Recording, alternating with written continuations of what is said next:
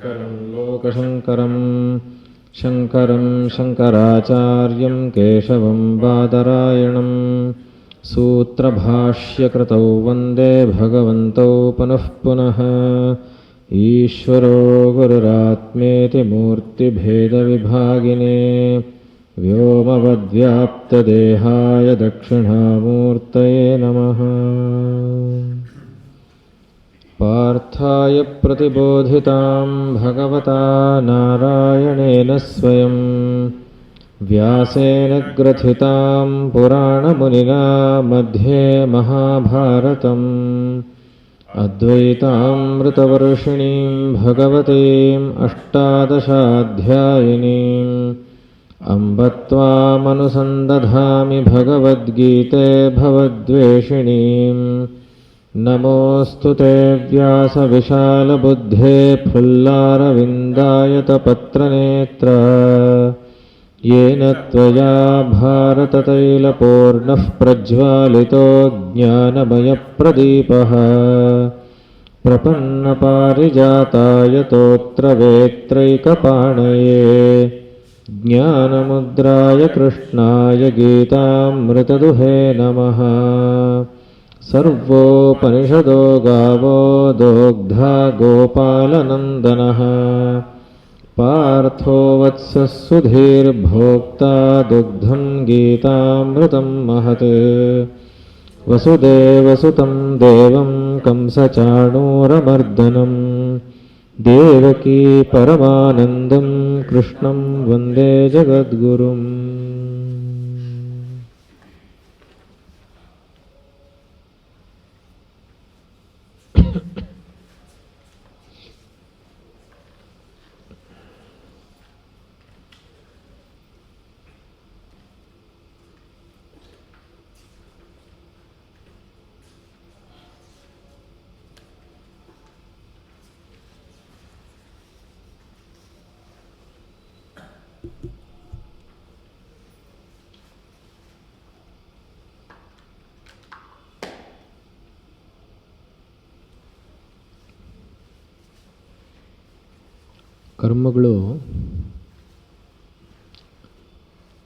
ಕರ್ಮಗಳೆಲ್ಲ ವಿಹಿತವಾಗಿರೋದು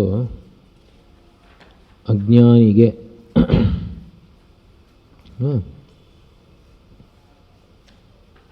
44ನೇ ಭಾಷ್ಯವಾಕ್ಯದ ಒಂದು ಸಾರಾಂಶ ಹೇಳಿ.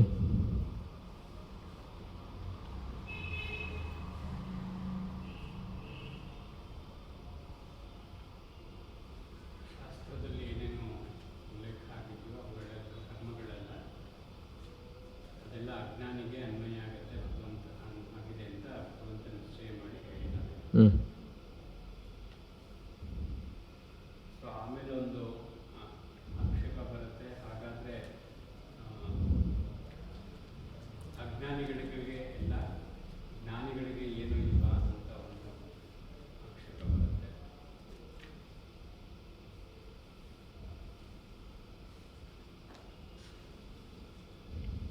ಅಲ್ಲ, ಅವರು ಕರ್ಮ ಇಲ್ವಾ ಅಂತಲ್ಲ ಆಕ್ಷೇಪ ಬರುತ್ತೆ. ಆಕ್ಷೇಪ ಏನಂದರೆ, ಜ್ಞಾನ ಅನ್ನೋದು ವಿಧಿಸಿರೋದು ಯಾವನಿಗೆ ಜ್ಞಾನ ಇಲ್ವೋ ಅವನಿಗೆ ತಾನೇ ಜ್ಞಾನ ಅಂತ ಹೇಳಿರೋದು. ಮುಖ್ಯವಾಗಿರುವಂತಹ ಆಕ್ಷೇಪ ಅವ್ರದ್ದೇನು ಅಂದರೆ, ಅಲ್ಲಪ್ಪ, ಜ್ಞಾನ ಅನ್ನೋದು ವಿಧಿಸಿರೋದು ಯಾರಿಗೆ? ಹಸಿವು ಆಗಿರೋನ್ಗೆ ಊಟ ಬಡಿಸೋದು, ಹೊಟ್ಟೆ ತುಂಬಿರೋನ್ಗೆ ಊಟ ಬಡಿಸ್ತಾರೆ ಯಾರಾದರೂ ಅಂತ. ಯಾವನಿಗದಿಲ್ವೋ ಅವನಿಗೆ ಹೇಳಬೇಕು ಜ್ಞಾನ. ಜ್ಞಾನಿ ಅನ್ನೋನಿಗೆ ಜ್ಞಾನ ವಿಧಿಸಿದೆ ಅಂದರೆ ಏನರ್ಥ? ಈಗಾಗಲೇ ಅವನು ಜ್ಞಾನ ಇದೆಯಲ್ಲ, ಅವನು ತಿರುಗಿ ಅವನಿಗೇನಕ್ಕೆ ಅಂತ ಪಿಷ್ಟಪೇಷಣವತ್ ಅಂದರೆ ರುಬ್ತಾ ಇರೋದನ್ನೇ ರುಬ್ತಾ ಇರೋದು ಅಂತ, ರುಬ್ಬಿದ್ದನ್ನೇ ರುಬ್ತಾ ಇರೋದು ಅಂತ ಪಿಷ್ಟಪೇಷಣವತ್ ಅಂದರೆ. ಹಾಗಾಗೋದಿಲ್ವೇ ಅಂತ ಪ್ರಶ್ನೆ. ಗೊತ್ತಾಯ್ತಲ್ವ? ಕರ್ಮಗಳ ವಿಷಯಕ್ಕಿಂತ ಜ್ಞಾನದ ವಿಷಯ ಇವಾಗ ಆ್ಯಕ್ಚುಲಿ. ಅಂದರೆ ಜ್ಞಾನ ಇಲ್ಲಿ ಕರ್ಮಗಳು ಅಂತ ಹೇಳಿರೋದು ಅಜ್ಞಾನಿಗೇನೆ ಅಂತ. ಅವ್ನು ಕೇಳ್ತಾ ಇರೋದು, ಅವ್ನಿಗೆ ಯಾಕೆ ಕರ್ಮಗಳನ್ನು ಮಾತ್ರ ಹೇಳ್ತಾ ಇದ್ದೀರಾ? ಜ್ಞಾನ ಅನ್ನೋದು ಜ್ಞಾನ ಅನ್ನೋದಲ್ವೇ ಅವನಿಗೆ ಹೇಳಬೇಕಾಗಿರೋದು ಅಂತ ಅಂತ ಅವ್ರ ಪ್ರಶ್ನೆ. ಹೇಳಿ. ಆಮೇಲೆ ಒಂದು ಉದಾಹರಣೆ ಸಹಿತವಾಗಿ ಇದನ್ನು ಮುಂದುವರಿಸ್ಕೊಂಡು ಹೋಗ್ತಾರೆ. ಅಗ್ನಿಹೋತ್ರಾದಿ ಅಂತ ಒಂದು ಮಂತ್ರನ ತಗೊಂಡು ಅದನ್ನು ಅಧ್ಯಯನ ಅಥವಾ ಮನನ ಮಾಡ್ಕೊಂಡು ಹೋದರೆ ಅಜ್ಞಾನಿಗೆ ಅಗ್ನಿಹೋತ್ರಕ್ಕೆ ಬೇಕಾದಂಥ ಏನೇನೋ ಸಲಕರಣೆಗಳು ಇತ್ಯಾದಿಗಳು ಅನ್ನೋದೆಲ್ಲ ಹೇಗೆ ಮಾಡುವುದು ಇತ್ಯಾದಿಗಳೆಲ್ಲ ಅವನ ಮನಸ್ಸಿಗೆ ಬರ್ತಾ ಹೋಗುತ್ತೆ.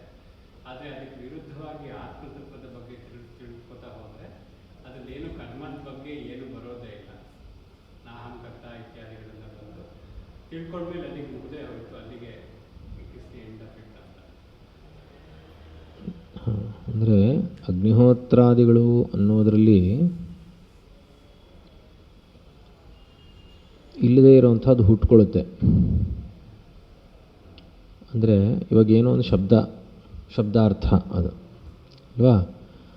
ಅಗ್ನಿಹೋತ್ರ ಅಂದರೆ ಔಪಾಸನೆ, ಉದಾಹರಣೆಗೆ ಔಪಾಸನೆಯನ್ನು ಹೀಗೆ ಮಾಡಬೇಕು ಅಂತ ಹೇಳಿದ ತಕ್ಷಣ ಓಹೋ ಮಾಡೋವಂಥವ್ನು ನಾನು, ಔಪಾಸನೆಗೆ ಅಂದರೆ ಹಿಂಗಿರಬೇಕು, ಇದೆಲ್ಲ ಬೇಕು, ಈ ಸಮಿತಿ ಬೇಕು, ಪಾಲಾಶ ಬೇಕು, ಅದು ಬೇಕು, ತುಪ್ಪ ಬೇಕು ಇತ್ಯಾದಿಗಳೆಲ್ಲ ತಿಳ್ಕೊತಾನೆ. ತಿಳ್ಕೊಂಡ ಮೇಲೆ ಏನೇನು ಮಾಡಬೇಕು ಹಾಗೆ ಅಂತ ತಿಳ್ಕೊಂಡ ತಕ್ಷಣ ಅವನು ಸುಮ್ಮನೆ ಆಗೋಯ್ತು ಅಷ್ಟೇ ಅಂತ ಸುಮ್ಮನೆ ಬಿಡ್ತಾನ? ಅದಕ್ಕೆ ಇಲ್ಲ, ತಿಳ್ಕೊಂಡ ತಕ್ಷಣ ಮಾಡೋಕ್ಕೆ ಶುರು ಮಾಡ್ತಾನೆ ಅಲ್ವಾ. ಏನಾದರೂ ಅಗ್ನಿಹೋತ್ರ ಏನು ಯಾವುದಾದ್ರೂ ಅಷ್ಟೇ, ಏನು ಮನೆ ಕಟ್ಟಬೇಕು ಅಂತ ಅಂದ್ಕೊಂಡು ಹೆಂಗೆ ಅಂತ ಸುಮ್ಮನೆ ಬಿಡ್ತಾರ? ಮನೆ ಕಟ್ಟೋದಕ್ಕೆ ಏನೇನು ಬೇಕೋ ಅದೆಲ್ಲ ಸೇರಿಸ್ಕೊಂಡ್ರೆ ಮನೆ ಕಟ್ಟೋಕ್ಕೆ ಶುರು ಮಾಡ್ತಾರೆ, ಕೆಲಸ ಶುರು ಆಗುತ್ತೆ. ಇಲ್ಲದೇ ಇರೋ ಮನೆ ಹುಟ್ಟಾಗುತ್ತಲ್ಲ, ಇವಾಗ ಬರ್ತಾವಿಲ್ವಾ, ವಸ್ತು ಉತ್ಪತ್ತಿ ಆಗುತ್ತಲ್ಲಿ. ಆದರೆ ಆತ್ಮನ ವಿಷಯದಲ್ಲಿ ಹಾಗಲ್ಲ. ನೀನು ಅಕರ್ತಾತ್ಮ ಅಂದರೆ ನೀನು ಕರ್ತೃವಲ್ಲ, ನಿನ್ನಲ್ಲಿ ಯಾವ ಕ್ರಿಯೆನೂ ಇಲ್ಲ ಅಂತ ತಿಳ್ಕೊಂಡ ತಕ್ಷಣ ಓಹೋ ಹಾಗಾದರೆ ಅಂತೇನಿಲ್ಲ, ಅಲ್ಲಿ ಆಗೋಯ್ತು ಅಷ್ಟೇ. ಅಲ್ಲಿ ಏನಿದೆ ಅಂತ, ನೀನು ಏನಲ್ವೋ ಅದನ್ನು ನೀನು ಅಂತೇನು ತಿಳ್ಕೊಂಡಿದ್ಯೋ ಅದಲ್ಲ, ನೀನು ಹೀಗೆ ಅಂತ ತಿಳ್ಕೊಂಡೆ ಅಂತ ಅಷ್ಟೇ, ಮುಗೀತು ಅಷ್ಟೇ. ಅಲ್ಲಿಂದೇನೂ ಉತ್ಪತ್ತಿ ಆಗೋಲ್ಲ ಹೊಸದಾಗಿ. ಗೊತ್ತಾಯ್ತಲ್ವಾ? ಆಮೇಲೆ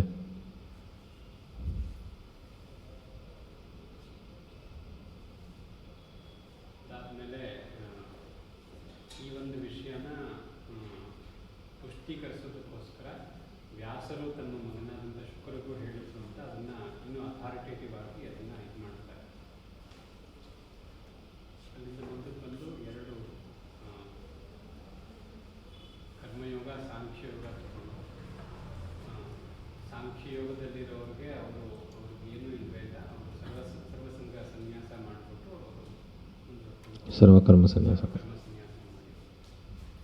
ಆದರೆ ಕರ್ಮಯೋಗದಲ್ಲಿರುವಂಥವ್ರು ಕರ್ಮಗಳನ್ನು ಹೆಚ್ಚೆಚ್ಚಾಗಿ ಮಾಡಿಕೊಂಡು ಅದನ್ನು ಚಿತ್ತಶುದ್ಧಿ ಅವ್ರಿಗೆ ಇವರಿಗೆ ಕರ್ಮಯೋಗ ವಿಧಿಸಿದೆ, ಅವನಿಗೆ ಸರ್ವಕರ್ಮ ಸನ್ಯಾಸ ಹೇಳಿದೆ ಅಷ್ಟೇ. ಇಲ್ಲಿ ಕರ್ಮ ಸನ್ಯಾಸ ಹೇಳಿದೆ, ಕರ್ಮಯೋಗ ಹೇಳಿದೆ ಅಂತ ಬೇರೆ ಬೇರೆ ಹೇಳಿದೆ ಆಗೋದು. ಹಿಂದಿನ ಇದರಲ್ಲಿ ನೋಡಿದ್ರೆ ಅಲ್ಲಿ ಜ್ಞಾತೃತ್ವದ ಬಗ್ಗೆ ಹೇಳ್ತಾ ಹೋಗಿದ್ದಾರೆ. ಇಲ್ಲಿ ಹಿಂದಿಂದು ಮೊನ್ನೆ ಪಾಠದಲ್ಲಿ ಮೊನ್ನೆ ಇದ್ರಲ್ಲ,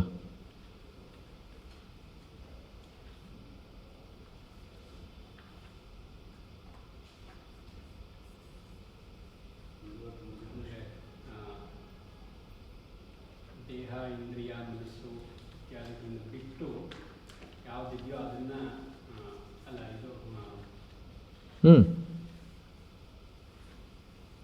ಗೊತ್ತಾಯ್ತು. ಬಿಟ್ಟು ತಿಳ್ಕೊಳ್ತೀವೋ ಅದು ಅಲ್ಲಿ ಜ್ಞಾತೃತ್ವವನ್ನು ಹೇಳ್ತಾ ಹೇಳಿ ಅಥವಾ ತೆಗೆದುಹಾಕಿದ್ರೆ ಇಲ್ಲಿ ಅಕರ್ತೃತ್ವ ಕರ್ತೃತ್ವವನ್ನು ಇದು ಮಾಡ್ತಾ ಇದ್ದಾರೆ. ಜ್ಞಾನಿ ಅನ್ಬೇಕಾದ್ರೆ ತಿಳ್ಕೊಳ್ಳೋದು ಅನ್ನೋದಿದೆ.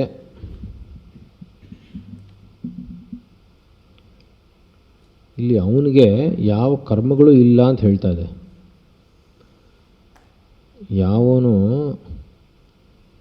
ವೇದಾವಿನಾಶನಂ ನಿತ್ಯಂ ಯ ಏನಂ ಅಜಂ ಅವ್ಯಯಂ ಕಥಂ ಸ ಪುರುಷಃ ಪಾರ್ಥ ಕಂ ಘಾತಯತಿ ಹಂತಿಕಂ ಅಂತ,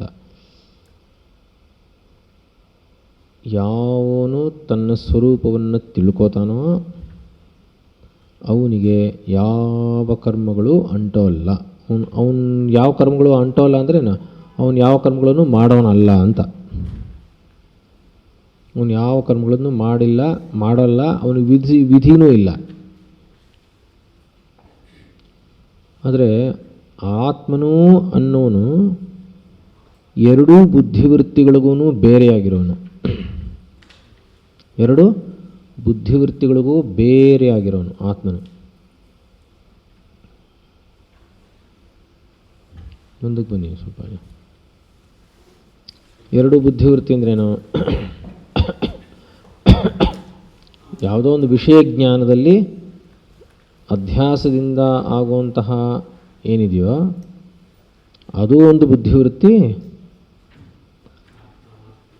ಆತ್ಮಾನಾತ್ಮ ವಿವೇಚನೆ ಇಟ್ಕೊಂಡಿರೋ ಒಂದು ಕೂಡ ಬುದ್ಧಿವೃತ್ತಿನೇ, ಅದು ಅಸತ್ಯವೇ. ಬುದ್ಧಿವೃತ್ತಿಗಳು ಎರಡೂ ಅಸತ್ಯವೇ. ಅದಕ್ಕೋಸ್ಕರ ಅದು ಕೂಡ ಅಸತ್ಯರೂಪೈವ ಅಂತ ಹೇಳಾಯಿತು. ಪಾರಮಾರ್ಥಿತಃ ಅವಿಕ್ರಿಯೇವ ಆತ್ಮ ಇತಿ ಕಥಿತಃ ಅಂತ ಕೊನೆಯ ವಾಕ್ಯ ಅಲ್ವಾ ಅಂತಲ್ವಾ? ಮುಂದಕ್ಕೆ ಹೋಗೋಣವಾ?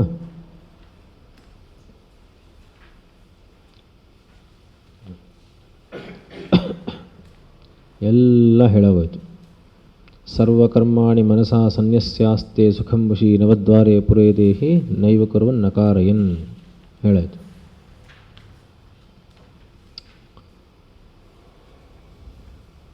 ಈಗ ಮುಂದಕ್ಕೆ ಹೋಗುತ್ತೆ.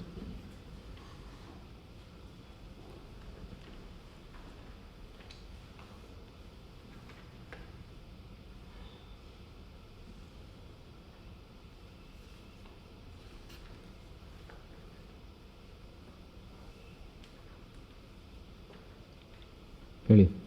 ತತ್ರ ಕೇಚಿತ್ ಪಂಡಿತಂ ಮನ್ಯಾ ವದಂತಿ.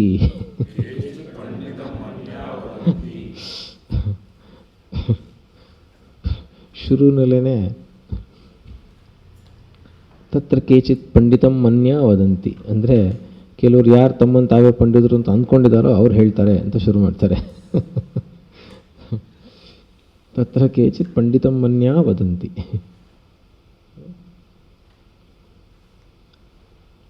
ಜನ್ಮಾದಿ ಷಡ್ಭಾವ ವಿಕ್ರಿಯಾರಹಿತಃ ಅವಿಕ್ರಿಯಃ ಅಕರ್ತಾ ಏಕಃ ಅಹಂ ಆತ್ಮ ಇತಿ ನ ಕಸ್ಯಚಿತ್ ಜ್ಞಾನಂ ಉತ್ಪದ್ಯತೆ. ಯಸ್ಮಿನ್ ಸತಿ ಸರ್ವಕರ್ಮಸನ್ಯಾಸ ಉಪದಿಶ್ಯತೆ ಇತಿ.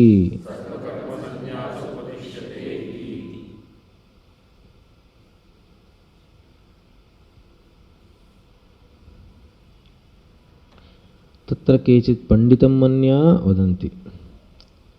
ಏನಪ್ಪ ಅಂದರೆ ಕೆಲವರು ತಾವು ಪಂಡಿತರು ಅಂತ ಅಂದ್ಕೊಂಡಿರುವಂಥವ್ರು ಕೆಲವು ಮಾತನ್ನು ಹೇಳ್ತಾರೆ. ಏನು ಅಂದರೆ ಜನ್ಮಾದಿ ಷಡ್ಭಾವ ವಿಕ್ರಿಯಾರಹಿತಃ ಅವಿಕ್ರಿಯಃ ಅಕರ್ತಾ ಏಕಃ ಅಹಂ ಆತ್ಮ ಇತಿ ನ ಕಸ್ಯಚಿತ್ ಜ್ಞಾನಂ ಉತ್ಪದ್ಯತೆ ಅಂತಾರೆ. ಏನಪ್ಪ ಅಂದರೆ ಜನ್ಮಾದಿ ಷಡ್ಭಾವ ವಿಕ್ರಿಯಾರಹಿತನು, ಯಾವ ವಿಕಾರಗಳು ಇಲ್ಲದೇ ಇರುವಂತಹವನು. ಷಡ್ಭಾವ ವಿಕಾರಗಳು ಅಂದರೆ ಗೊತ್ತಲ್ವಾ? ಯಾವ್ಯಾವ್ದು ಹೇಳಿ ನೋಡೋಣ. ಮುಂಚೆ ಅಸ್ತಿ ಜಾಯತೆ ವರ್ಧತೆ ವಿಪರಿಣಮತೆ ಅಪಕ್ಷೀಯತೆ ವಿನಶ್ಯತಿ. ಚೆನ್ನಾಗಿ ನಿಂತುಬಿಡ್ಬೇಕಿದೆಲ್ಲ. ಅಸ್ತಿ ಜಾಯತೆ ವರ್ಧತೆ ವಿಪರಿಣಮತೆ ಅಪಕ್ಷೀಯತೆ ವಿನಶ್ಯತಿ ಷಡ್ಭಾವ ವಿಕಾರಾಃ. ಈಗ ಈ 6 ವಿಕಾರಗಳು, ಜನ್ಮಾದಿ ಷಡ್ಭಾವ ವಿಕಾರಗಳು ಯಾವುದಿದೆಯೋ ಅದು ಇಲ್ಲದೇ ಇರೋವನು, ಅವಿಕ್ರಿಯನು, ಅಕರ್ತನು, ಒಬ್ಬನೇ ಆಗಿರೋನು, ಆತ್ಮನು ನಾನು ಅನ್ನುವಂತಹ ಜ್ಞಾನ ನ ಕಸ್ಯಚಿತ್ ಉತ್ಪದ್ಯತೆ. ಏನು ಮಾಡಿದ್ರೂ ಹುಟ್ಟೋಲ್ಲ ಆ ಥರ.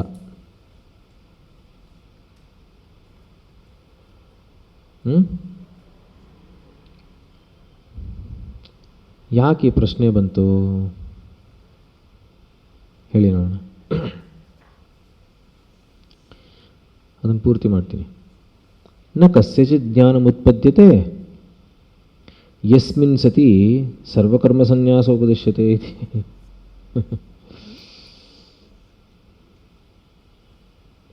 ನಿಜವಾಗಲೂ ಯಸ್ಮಿನ್ ಸತಿ ನಿಜವಾಗಲೂ ಹಾಗೇನಾದರೂ ಆಗಿದ್ದಿದ್ರೆ, ಹುಟ್ಟೋದೇ ಆಗಿದ್ದಿದ್ರೆ ಆಗ ಸರ್ವಕರ್ಮ ಸನ್ಯಾಸ ಹೇಳ್ಬೋದಿತ್ತು. ಹಾಗೆ ಯಾವನಿಗೂ ಹುಟ್ಟೋಕ್ಕೆ ಸಾಧ್ಯವೇ ಇಲ್ಲ. ನಾನು ಷಡ್ಭಾವ ವಿಕಾರರಹಿತನೂ ಅಕರ್ತನೂ ಅವಿಕ್ರಿಯನೂ ಒಬ್ಬನೇ ಇರೋನು ಏಕಃ ಆತ್ಮ ಅಹಂ ಅನ್ನೋದು ಯಾವನಿಗೂ ಹುಟ್ಟೋಕ್ಕೆ ಸಾಧ್ಯವೇ ಇಲ್ಲ ಅಂತ ಆಕ್ಷೇಪ.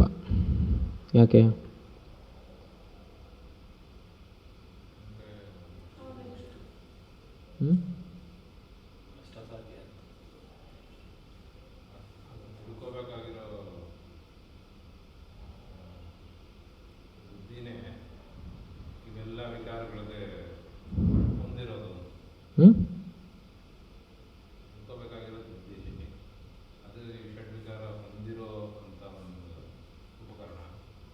ಸರಿ,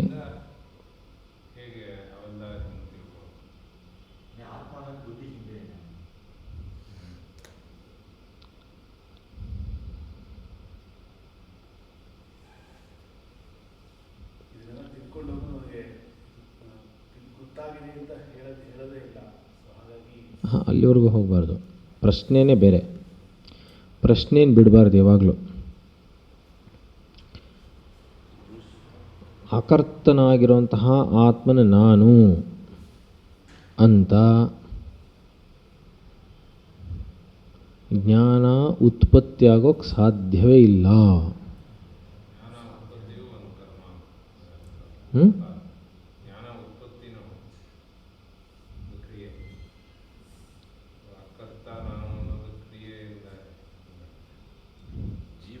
ಒಂದು ಸ್ವಲ್ಪ ರಿಫೈನ್ ಮಾಡಬೇಕು ಅದನ್ನು ಅಷ್ಟೇ. ಒಂದು ಸ್ವಲ್ಪ ಸರ್ ಮಾಡಬೇಕಷ್ಟೆ.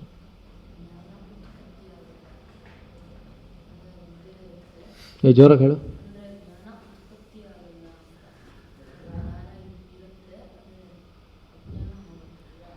ಅದು ಸರಿ, ಅದಲ್ಲ.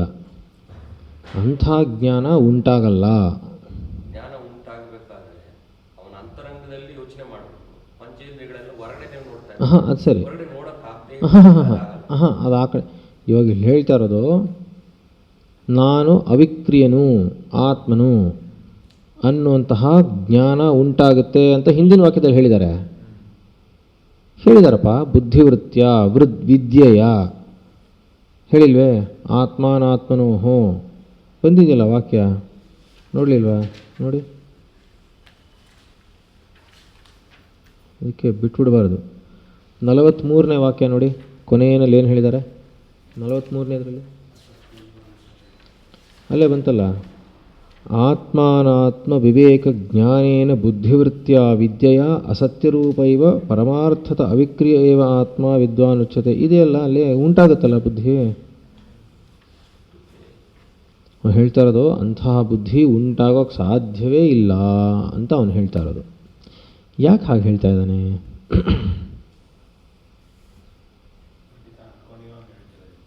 ಸರಿ,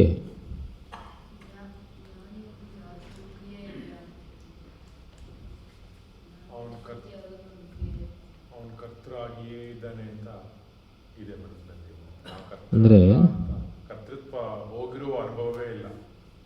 ಅದೊಂದು. ಅವನಿಗೇನು ಅಂದರೆ ಅಕರ್ತ ಅನ್ನುವಂತಹ ಬುದ್ಧಿ ಉತ್ಪತ್ತಿ ಆಗೋನು ಅನ್ನೋದು ಯಾರಿಗುಂಟಾಗುತ್ತೆ?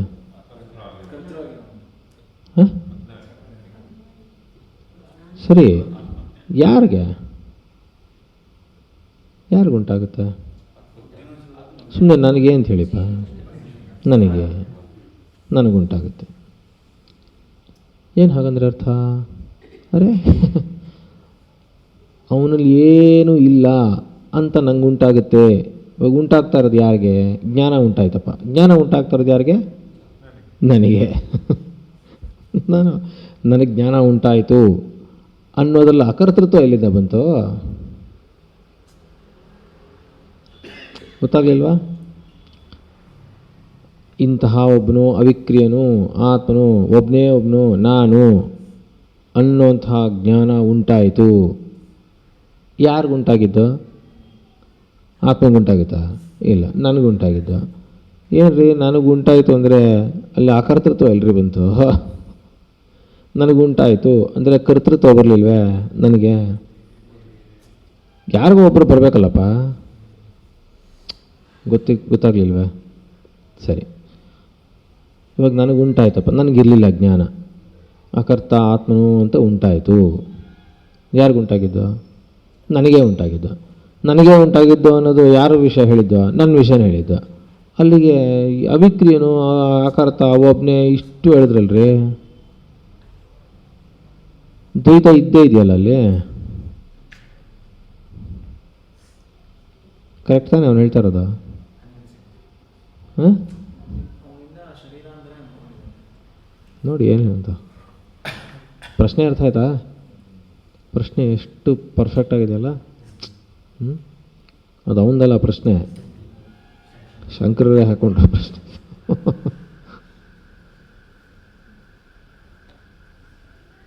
ಹಾಗಿದ್ದಿದ್ರೆ ಆವಾಗ ಸರ್ವಕರ್ಮ ಸನ್ಯಾಸ ಅನ್ನೋದು ಒಪ್ಪುತ್ತೆ ಅಂತ.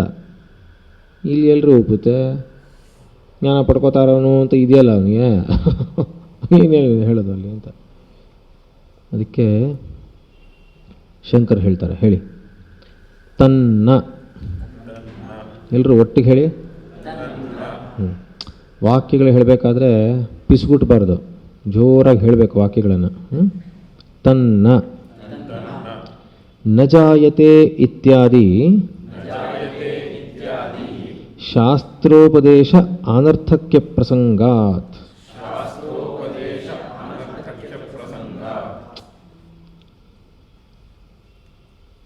ಅಲ್ಲಪ್ಪ, ಉಂಟಾಗೋದೇ ಇಲ್ಲ ಅಂತಕನೇ ನಿಜವಾಗ್ಲೂ ಆಗ್ಬಿಟ್ಟಿದ್ದಿದ್ರೆ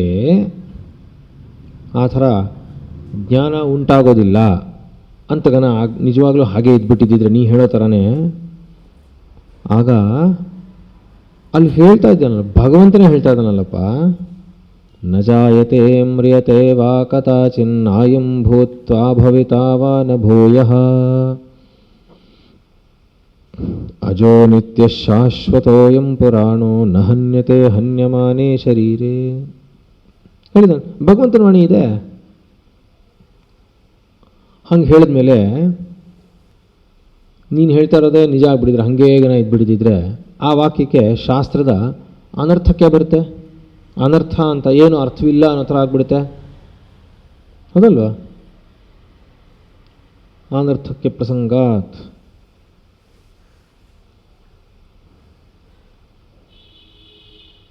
ಯಥಾ ಚ ಶಾಸ್ತ್ರೋಪದೇಶ ಸಾಮರ್ಥ್ಯಾತ್ ಧರ್ಮಾಧರ್ಮ ಅಸ್ತಿತ್ವ ವಿಜ್ಞಾನಂ ಕರ್ತುಶ್ಚ ದೇಹಾಂತರ ಸಂಬಂಧ ವಿಜ್ಞಾನಂ ಉತ್ಪದ್ಯತೆ ತಥಾ ಶಾಸ್ತ್ರಾತ್ ತಸ್ಯೈವ ಆತ್ಮನೋ ವಿಕ್ರಿಯತ್ವ ಅಕರ್ತೃತ್ವ ಏಕತ್ವಾದಿ ವಿಜ್ಞಾನಂ ಕಸ್ಮಾನ್ನೋತ್ಪದ್ಯತೆ.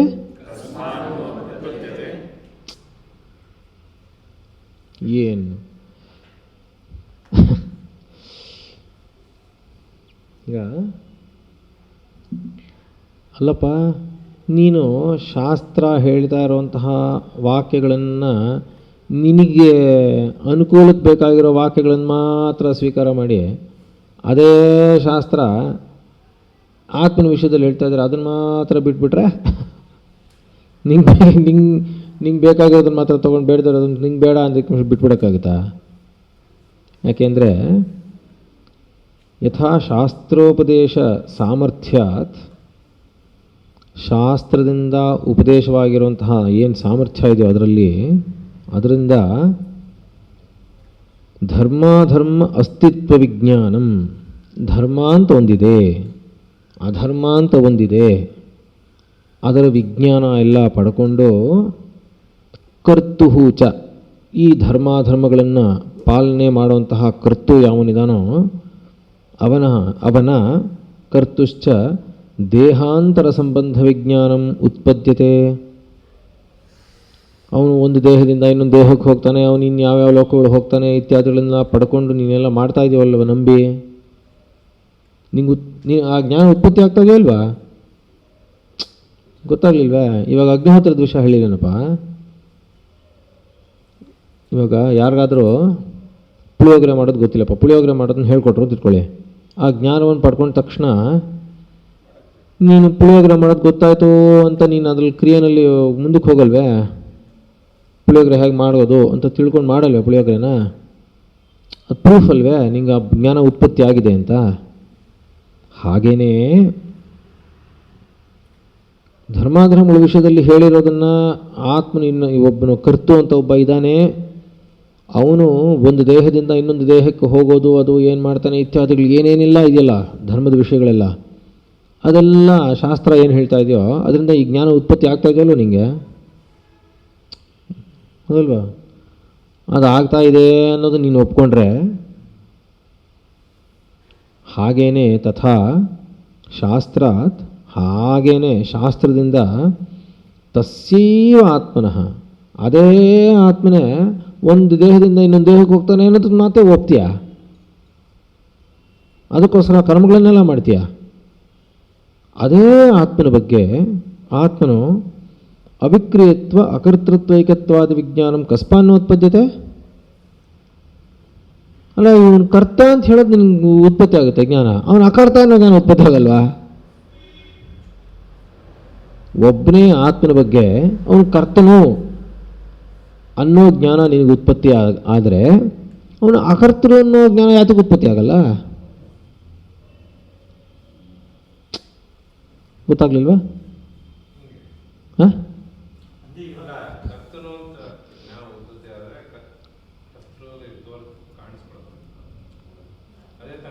ನೋಡಿ ನೋಡಿ ನೋಡಿ ನೋಡಿ ಮಾಡಬಾರ್ದು ಅನ್ನೋದು ತೋರಿಸುತ್ತೆ. ಹಾಂ, ಯಾವ್ದು ಮಾಡ್ಬೇಕು ಅನ್ನೋದು ಗೊತ್ತಾದ್ಮೇಲೆ ಯಾರು ಮಾಡಬಾರ್ದು ಅನ್ನೋದು ಅದು ಸರಿ, ಧರ್ಮಾಧರ್ಮಗಳ ವಿಷಯ ಗೊತ್ತಾಗುತ್ತೆ. ಇಲ್ಲಿ ಅಕರ್ತನು ಅನ್ನೋದು ಅಂತ ಪ್ರಶ್ನೆ, ಯಾತಕ್ಕೆ ಉತ್ಪತ್ತಿ ಆಗಲ್ಲ ನಿನಗೆ ಅಂತ ಪ್ರಶ್ನೆ.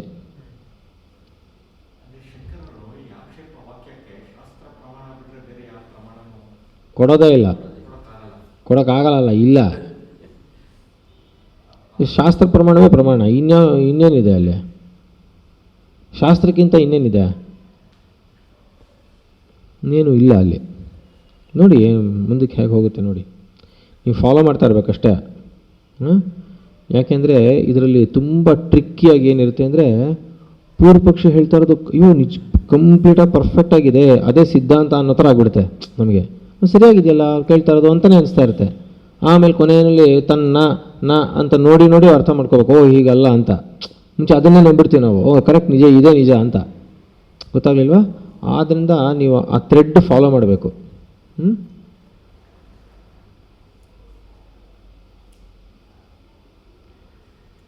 ಅಂದರೆ ಕಸ್ಮಾನ್ನೋತ್ಪದ್ಯತೆ ಇತಿ ಪ್ರಷ್ಟವ್ಯಾಸ್ತೆ. ಆದ್ದರಿಂದ ಯಾತಕ್ಕೆ ಆ ಜ್ಞಾನ ಅಕರ್ತನು ಆತ್ಮನು ಅನ್ನೋ ಜ್ಞಾನ ಮಾತ್ರ ಯಾತಕ್ಕೆ ಉಂಟಾಗಲ್ಲ ಅಂತ ಕೇಳಬೇಕಾಗತ್ತೆ. ನೀನು ಅದನ್ನು ಹೇಳಿದ್ರೆ ನಿನಗೆ ಧರ್ಮಾಧರ್ಮಗಳ ವಿಷಯ ಗೊತ್ತಾಗುತ್ತೆ, ಅದೇ ಆತ್ಮನು ಬೇರೆ ಸಂಬಂಧ, ಬೇರೆ ಶರೀರದ ಜೊತೆ ಇನ್ನೊಂದು ಸಂಬಂಧ ಇಟ್ಕೊಂಡು ಹೋಗ್ತಾನೆ ಅನ್ನೋದ್ರದ್ದೆಲ್ಲ ಜ್ಞಾನ ಉತ್ಪತ್ತಿ ಆಗುತ್ತೆ ನಿನಗೆ. ಅದೇ ಆತ್ಮನ ಬಗ್ಗೆ ಅವನು ಅಕರ್ತನು ಅಂತ ಹೇಳಿದ್ರೆ ಉತ್ಪತ್ತಿ ಆಗಲ್ವೇ ಅನ್ನೋದನ್ನು ನಾವು ಕೇಳಬೇಕಾಗತ್ತೆ. ಕೌಂಟರ್ ಕ್ವೆಶ್ಚನ್ ಆಯ್ತಲ್ಲ? ಅವನು ಕೇಳ್ತಾನೆ ನೋಡಿ, ಹೇಳಿ. ಕರಣಾಗೋಚರತ್ವಾತ್ ಇತಿ ಚೇತ್ ಇಲ್ರಿ, ಅವನ ಕರ್ಣಗಳಿಗೆ ಕಾಣಿಸಲ್ವಲ್ಲ, ಯಾವ ಕರ್ಣಕ್ಕೂ ಗೋಚರವಾಗವನಲ್ವಲ್ಲ ಅವನು, ಅಕರ್ತ ಆತ್ಮನು. ಗೊತ್ತಾಗ್ಲಿಲ್ವಾ? ಯಾವ ಪ್ರಮಾಣಗಳಿಗೂ ಸಿಗಲ್ವಲ್ಲ ಅವನು, ಕರ್ಣಾಗೋಚರತ್ವಾತ್ ಇದು ಚೇತ್. ಹಾಗೆ ಹೇಳಿದ್ರೆ ನ ಹೇಳಿ, ನ ಮನಸೈವಾನುದ್ರಷ್ಟವ್ಯಂ ಇತಿ ಶ್ರುತೇಹೇ.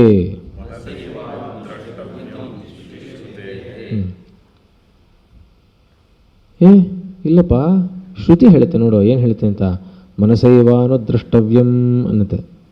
ಮನಸ್ಸಿಗೆ ಸಿಗ್ತಾನೆ ಅಂತ ಹೇಳಿದ್ಯಪ್ಪ ಅಂತಾರೆ. ಏನು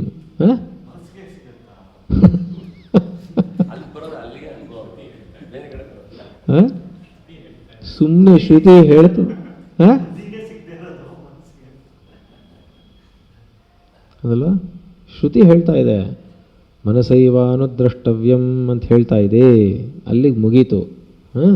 ನೋಡಿ ಮುಂದಕ್ಕೆ ನೋಡಿ, ತಮಾಷೆ ತುಂಬ ಚೆನ್ನಾಗಿರುತ್ತೆ, ತುಂಬ ಚೆನ್ನಾಗಿರುತ್ತೆ. ಇದನ್ನೆಲ್ಲ ನೀವು ಆ್ಯಕ್ಚುಲಿ ಒಂಥರ ಒಂದು ಫ್ಲೋ ಚಾರ್ಟ್ ಮಾಡಬೇಕು, ಮಾಡಿ ಥರ ಒಂದು ಪ್ರೆಸೆಂಟೇಷನ್ ಥರ ಪ್ರಿಪೇರ್ ಮಾಡಬೇಕು ಆ್ಯಕ್ಚುಲಿ. ಹೇಳಿ, ಶಾಸ್ತ್ರಾಚಾರ್ಯೋಪದೇಶ ಶಮದಮಾದಿ ಸಂಸ್ಕೃತಂ ಮನಃ ಆತ್ಮದರ್ಶನೇ ಕರಣಂ. ಬಾ ಅಲ್ಲಪ್ಪ, ಶ್ರುತಿ ಹೇಳಿದೆ ಮನಸೈವಾನುದ್ರಷ್ಟವ್ಯಂ ಅಂತ ಹೇಳಿದೆ. ಅಲ್ಲಿಗೆ ಏನಪ್ಪ ಅಂದರೆ ಹೇಗೆ ಅಂದರೆ, ಸುಮ್ಮನೆ ಮನಸೈವಾನುದ್ರಷ್ಟವ್ಯಂ ಅಂದರೆ ನಿನಗೆ ಇವಾಗ ಮನಸ್ಸಿನಿಂದ ತಿಳ್ಕೊಂಬಿಡ್ಬೋದು ಅಂತಲ್ಲ, ಹಾಗೆ ಅಂತ ಗೊತ್ತಾಗೋದೇ ಇಲ್ಲ ಅಂತನೂ ಇಲ್ಲ. ಮನಸ್ಸಿನಿಂದಲೇ ತಿಳ್ಕೋಬೇಕು. ಅಲ್ಲೇ ಜ್ಞಾನ ಉತ್ಪತ್ತಿ ಆಗಿದೆ ಅಂತ ಹೇಳಿದೆ ಅಲ್ವಾ ಹಿಂದೆನೆ, ಅಲ್ಲಿ ಹೇಳಿದೆ ಅಲ್ವಾ, 43ನೇ ವಾಕ್ಯದಲ್ಲಿ ಕೊನೆಯಲ್ಲಿ ಬಂತೋ ಇಲ್ವಾ, ಏನಂತ ಬಂದಿದೆ? ಬುದ್ಧಿವೃತ್ತಿ ಉಂಟಾಗತ್ತೆ ವಿದ್ಯೆಯ ಅಂತ ಇದೆಯೋ, ಆತ್ಮಾನಾತ್ಮನೋಹೋ ಎಲ್ಲ ಬಂದಿದೆ ಅಲ್ವಾ. ಆದ್ದರಿಂದ ಉಂಟಾಗುತ್ತೆ, ಅದಕ್ಕೆ ಮನಸ್ಸಿನಿಂದಲೇ ನೋಡಬೇಕು ಅಂತ ಶ್ರುತಿವಾಕ್ಯನೂ ಇದೆ. ಯಾವ ತರಹ ಮನಸ್ಸಿನಿಂದ ಅನ್ನೋ ತಾನೇ ಮುಖ್ಯ. ಅದಕ್ಕೋಸ್ಕರ ಏನು ಹೇಳುತ್ತೆ, ಶಾಸ್ತ್ರಾಚಾರ್ಯೋಪದೇಶ. ಶಾಸ್ತ್ರಾಚಾರ್ಯೋಪದೇಶ, ಯಾವ ಆಚಾರ್ಯ ಮುಖೇನ ಶಾಸ್ತ್ರವಾಕ್ಯವನ್ನು ಆಚಾರ್ಯನಿಂದ ಯಾವುದು ಉಪದೇಶವಾಗಿರುತ್ತೋ ಮತ್ತು ಆ ವಾಕ್ಯಗಳನ್ನು ಹಿಡಿದು ಚೆನ್ನಾಗೇನು ಆ ಉದ್ದೇಶ ಪಡ್ಕೊಂಡಿರ್ತಾರಲ್ಲ, ಮಾಡಿರೋದನ್ನು ನಾನು ಚೆನ್ನಾಗಿ ಅದನ್ನು ಶಮದಮಾದಿ ಸಂಸ್ಕೃತಂ ಮನಃ, ಸುಮ್ಮನೆ ಕೇಳ್ಕೊಂಡು ಹೊರಟೋಗ್ಬಿಟ್ರೆ ಏನು ಪ್ರಯೋಜನ ಆಗಲ್ಲ, ಅದು ಕೇವಲ ಶಬ್ದ ಅಷ್ಟೇ. ಆದರೆ ನಿಜವಾಗಲೂ ಶಮದಮಾದಿಗಳು ಅಂದ್ರೇನು? ಶಮಾದಿ ಷಟ್ಕ ಸಂಪತ್ತಿ. ಏನು ಶಮಾದಿ ಷಟ್ಕ ಸಂಪತ್ತಿ?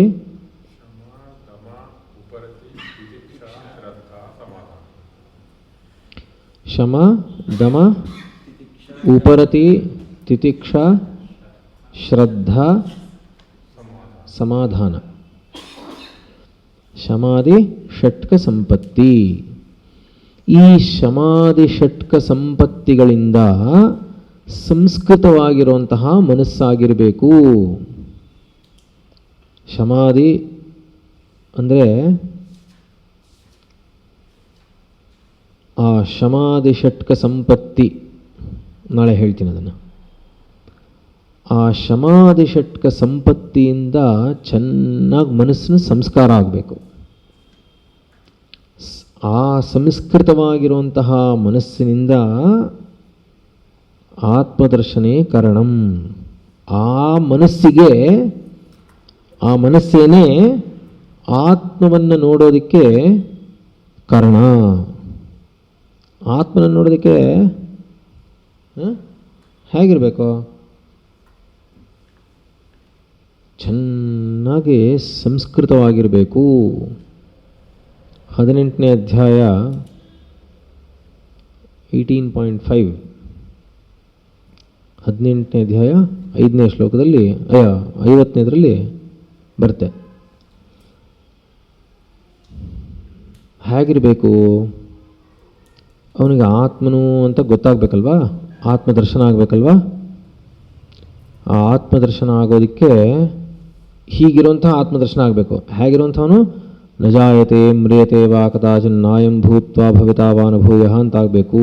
ಅವಿನಾಶಿನಂ ಅವ್ಯಯಂ ಅಜಂ ಅಂತ ಬರಬೇಕು.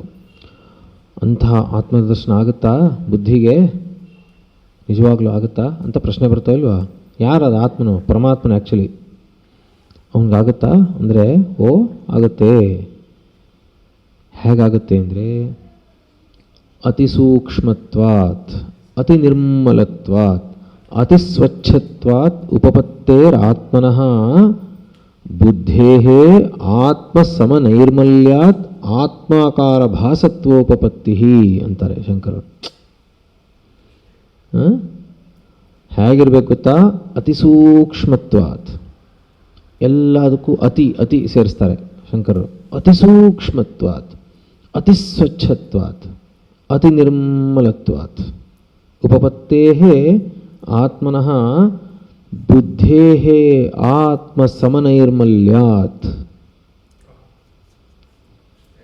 ಆತ್ಮಾಕಾರ ಭಾಸತ್ವೋಪಪತ್ತಿ ಅಂತಾರೆ. ಹೇಗಿರ್ಬೇಕು ಗೊತ್ತಾ? ಈ ಬುದ್ಧಿ ಅನ್ನೋದು ಅಷ್ಟು ನಿರ್ಮಲವಾಗಿರಬೇಕು, ಅಷ್ಟು ಸ್ವಚ್ಛವಾಗಿರಬೇಕು, ಅಷ್ಟು ಸೂಕ್ಷ್ಮವಾಗಿರಬೇಕು. ಯಾಕೆಂದರೆ ಆತ್ಮನ ಹೇಗಿದ್ದಾನೆ? ಅಷ್ಟು ನಿರ್ಮಲವಾಗಿದ್ದಾನೆ, ಅಷ್ಟು ಸ್ವಚ್ಛವಾಗಿದ್ದಾನೆ, ಅಷ್ಟು ಸೂಕ್ಷ್ಮವಾಗಿದ್ದಾನೆ. ಆನೆ ಗೊತ್ತಾಗಬೇಕು ಅಂದರೆ ಬುದ್ಧಿಗೆ ಏನು ಮಾಡಬೇಕು? ಆನೆ ಹೇಗಿದೆಯೋ ಇನ್ನೇನು ಇಲ್ಲದೆ ಆನೆಯನ್ನು ಮಾತ್ರ ಗ್ರಹಿಸೋ ಥರ ಇರಬೇಕು. ಆವಾಗ ಆನೆ ಚಿತ್ರ ಪೂರ್ತಿ ಹೇಗಿದೆಯೋ ಹಾಗೆ ಬರ್ತಾ ಇಲ್ವಾ? ಆನೆ ನೋಡ್ತಾ ಇರ್ಬೇಕಾದ್ರೆ ಬುದ್ಧಿ ಎಲ್ಲೋ ಇದ್ದರೆ ಎದುರುಗಡೆ ಇದ್ದರೂ ಗೊತ್ತಾಗೋಲ್ಲ. ಹೌದಲ್ವ? ಗೊತ್ತಾಗುತ್ತೆ ನಮಗೆ, ಈ ಸಣ್ಣ ವಿಷಯ. ಹೌದಲ್ವಾ? ಆನೆ ವಿಷಯದಲ್ಲೇ ಹೀಗಿದ್ದರೆ ಸ್ಥೂಲವಾಗಿರೋದ್ರಲ್ಲಿ ಅವನು ಎಷ್ಟು ಸೂಕ್ಷ್ಮನು. ಆದ್ದರಿಂದ ಆತ್ಮನು ಎಷ್ಟು ಸೂಕ್ಷ್ಮನೋ, ಎಷ್ಟು ಸ್ವಚ್ಛನೋ, ಎಷ್ಟು ನಿರ್ಮಲನೋ, ಅಷ್ಟೇ ನಿರ್ಮಲವಾಗಿ ಶುಚಿಯಾಗಿ ನಿರ್ಮಲವಾಗಿ ಸೂಕ್ಷ್ಮವಾಗಿ ಬುದ್ಧಿ ಆದಾಗ ಎರಡು ಸಮ ಆಗಬೇಕು. ಆತ್ಮನ ಈ ಮೂರು, ಬುದ್ಧಿಯ ಅದೇ ಮೂರು ಒಂದೇ ಆಗಿಬಿಡಬೇಕು. ಅಷ್ಟು ಸ್ವಚ್ಛ ಆದರೆ ಆಗ ಆತ್ಮಾಕಾರ ಭಾಸತ್ವೋಪಪತ್ತಿ ಅಂತಾರೆ. ಓಹೋ, ಇದು ಆತ್ಮನು ಅನ್ನುವಂತಹ ಒಂದು ಭಾಸವಾಗುತ್ತೆ. ಆತ್ಮಾಕಾರ ಅಂದ ತಕ್ಷಣ ಆತ್ಮನು ಗುಂಡಿಗಿದ್ದಾನೆ ಅಂತ ಗೊತ್ತಾಯಿತು ಅಂತಲ್ಲ. ಅವನ ಲಕ್ಷಣಗಳು ಬುದ್ಧಿಯಲ್ಲಿ ಬೆಳಗುತ್ತೆ. ಅವನು ಬೆಳಗುತ್ತೆ ಅಂದರೆ ಇನ್ನೆಲ್ಲೋ ಇದ್ದಾನೆ ಅಂತಲ್ಲ, ಅಲ್ಲೇ ಇದ್ದು ಬೆಳಗ್ತಾನೆ. ಅಂದರೆ ಏನರ್ಥ? ಕೆಳಗಡೆ ಇರುತ್ತೆ, ಮೇಲೆಲ್ಲ ಮಸಿ ಗಿಸಿ ಎಲ್ಲ ತೆಗಿತಾ ತೆಗಿತಾ ತೆಗಿತಾ ತೆಗಿತಾ ಅವನಲ್ಲೇ ಬೆಳಗ್ತಾ ಇರೋದು ಗೊತ್ತಾಗುತ್ತೆ. ಆಗ ಬುದ್ಧಿ ಮೇಲೆ ಮುಚ್ಕೊಂಡಿದ್ದಂತಹ ಕೊಳೆ ಎಲ್ಲ ಹೋದರೆ ಬುದ್ಧಿ ಅಷ್ಟು ಕೂಡ ಅಷ್ಟೇ ಸ್ವಚ್ಛವಾಗಿ ಸೂಕ್ಷ್ಮವಾಗಿ ನಿರ್ಮಲವಾಗಿಬಿಟ್ರೆ ಅಲ್ಲಿ ಯಾರು ಇದ್ದಿದ್ದು? ಬುದ್ಧಿಯಲ್ಲಿ ಆತ್ಮನೇ ಇದ್ದಿದ್ದು. ಆತ್ಮನನ್ನು ಬಿಟ್ಟು ಬೇರೆ ಏನೂ ಇಲ್ಲವೂ ಇಲ್ಲ. ಆದ್ದರಿಂದ ಆ ಬುದ್ಧಿಗೆ ಆ ಪ್ರಕಾಶ ಗೊತ್ತಾಗುತ್ತೆ. ಅಷ್ಟಾಗಬೇಕು. ಅದಕ್ಕೆ ಮನಸ್ಸು ಅನ್ನೋದು ಚೆನ್ನಾಗಿ ಶಮದಮಾದಿ ಷಟ್ಕ ಸಂಪತ್ತಿಯಿಂದ ಸಂಸ್ಕೃತವಾಗಬೇಕು. ಇದೆ, ಅಲ್ಲಿ ಬಂದಾಗ ಹೇಳ್ತೀನಿ. 18ನೇ ಅಧ್ಯಾಯದಲ್ಲಿ ಹೇಳ್ತೀನಿ, ಈಗ ಬೇಡ. ಇದೆ. ಅಲ್ಲ, ಖಂಡಿತವಾಗ್ಲೂ ಅಲ್ಲ.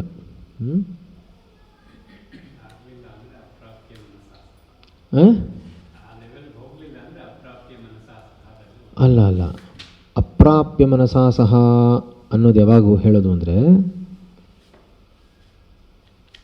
ಇದು ಮನಸೈವಾನುದ್ರಷ್ಟವ್ಯ ಮುಂಚೆ. ಎಲ್ಲ ಆಗಿ ಆಗಿ ಆಗಿ ಆಗಿ ಓಹೋ ಇದೆ ಅಂತ ಹೇಳಿದ್ರೆ ಅಲ್ಲ ಅನ್ನುತ್ತೆ.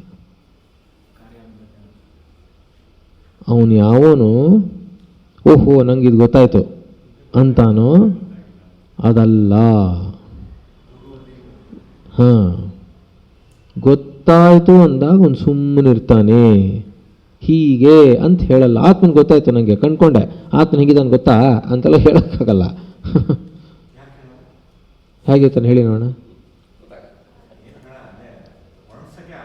ಅಷ್ಟೇ, ವರ್ಣಿಸೋಕ್ಕಾಗಲ್ಲ ಅನ್ನೋದನ್ನು ಹೇಳಬೇಕೆ? ಅವಾಗ ನಿಮ್ಮ ಮೇಲೆ ಡೌಟ್ ಬರ್ತಾ ಇಲ್ವಾ? ಹಾಂ, ಮತ್ತೆ ಆತ್ಮನ ಗೊತ್ತು, ಅದೇ ವರ್ಣಿಸೋಕ್ಕಾಗಲ್ಲ ಅಂದರೆ ನೀವೇನೋ ಹತ್ತಿಸ್ತಾ ಇದ್ದೀರ ನಮ್ಮನ್ನು ಅಂತಾರೆ. ಹೇಳ್ತಾರ ಇಲ್ವಾ? ಮತ್ತೆ ಅದಕ್ಕೋಸ್ಕರ ಹೇಳಬಾರ್ದು ಅಲ್ಲ, ಇಲ್ಲ ಸುಮ್ಮನೆ ಇರ್ತಾನಷ್ಟೇ. ಗೊತ್ತಾಗ್ಲಿಲ್ವಾ? ತುಂಬ ವಿಚಿತ್ರಪ್ಪ ಅದು. ಅಯ್ಯೋ ಅದಕ್ಕೆ ಅಲ್ವೇ ಕಂಡ್ಕೊಂಡವನು ಹೇಗಿರ್ತಾನೆ ಅಂದರೆ ಮುಂದೆ ಹೇಳ್ತಾನೆ, ಆಶ್ಚರ್ಯವತ್ ಪಶ್ಯತೆ ಕಶ್ಚಿದೇನಂ ಅಂತಾನೆ. ತಿಳ್ಕೊಂಡವನು ಆಶ್ಚರ್ಯಪಡ್ತಾನಂತೆ, ಅಬ್ಬಾ ಅಂತ ಹೇಳೋಕ್ಕಾಗಲ್ಲ. ಹಂಗೆ ಅಷ್ಟೇ ಹೇಳೋಕ್ಕಾಗೋದು, ಆಶ್ಚರ್ಯ ತೋರಿಸ್ತಾನಷ್ಟೇ, ಇನ್ನೇನೋ ಮಾಡೋಕ್ಕಾಗಲ್ಲ. ಹೇಳಿ. ತಥಾಚ ತದಧಿಗಮಾಯ ಅನುಮಾನೇ ಆಗಮೇ ಚ ಸತಿ ಜ್ಞಾನಂ ನೋತ್ಪದ್ಯತೆ ಇತಿ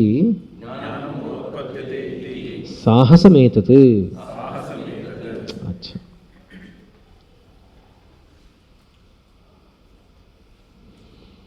ಆದ್ದರಿಂದ ತದಧಿಗಮಾಯ ಇದಿಷ್ಟನ್ನು ಹೇಳಿರೋದ್ರಿಂದ ಅನುಮಾನೇ ಆಗಮೇ ಚ ಸತಿ, ಅನುಮಾನದಿಂದಲೂ ಆಗಮದಿಂದಲೂ ಜ್ಞಾನವು ನೋತ್ಪದ್ಯತೆ ಇತಿ, ಜ್ಞಾನ ಉತ್ಪತ್ತಿ ಆಗೋದೇ ಇಲ್ಲ ಅಂತ ಹೇಳೋದು ಸಾಹಸದ ಮಾತು.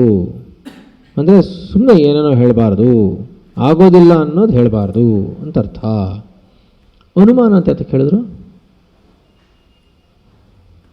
ಅನುಮಾನದಿಂದಲೂ ಶಾಸ್ತ್ರದಿಂದಲೂ ಅಂತ ಹೇಳಿದ್ದಾರೆ. ಯಾಕೆ ಅನುಮಾನದಿಂದ ಅಂತ ಹೇಳಿದ್ದಾರೆ? ಅನುಮಾನದಿಂದಲೂ ಅಂತ ಹೇಳಿದ್ದಾರೆ. ಹಾಂ,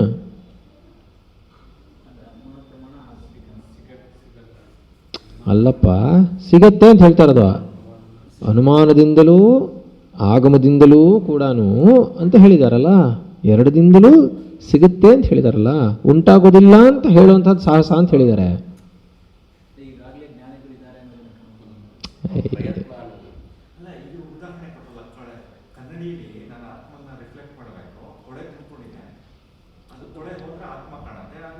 ನೀವು ಅದು ಅನುಮಾನವೇ?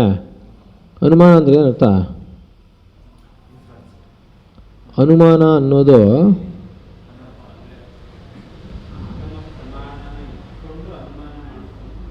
ಹೇಗೆ?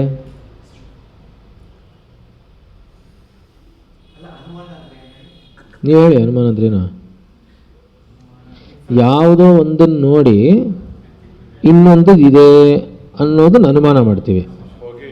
ಹೊಗೆ ಇದ್ದರೆ ಬೆಂಕಿ, ಯತ್ರ ಧೂಮಃ ತತ್ರ ವನ್ಹಿಃ ಅಂತ ಇದೆ.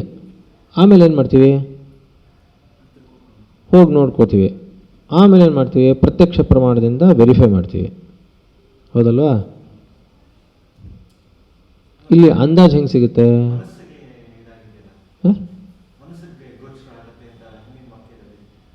ಎಲ್ಲಿ ಗೋಚರವಾಗೋವರೆಗೂ ಗೊತ್ತಿಲ್ವಲ್ಲ, ಅನುಮಾನ ಹೇಗೆ ಮಾಡೋದು? ಅಲ್ಲಿ ಗೋಚರವಾಗುತ್ತೆ ಅನ್ನೋದು ವೆರಿಫಿಕೇಷನ್ನು. ಮುಂಚೆ ಅನುಮಾನ ಇರಬೇಕಲ್ಲ ಅದ್ರ ಬಗ್ಗೆ.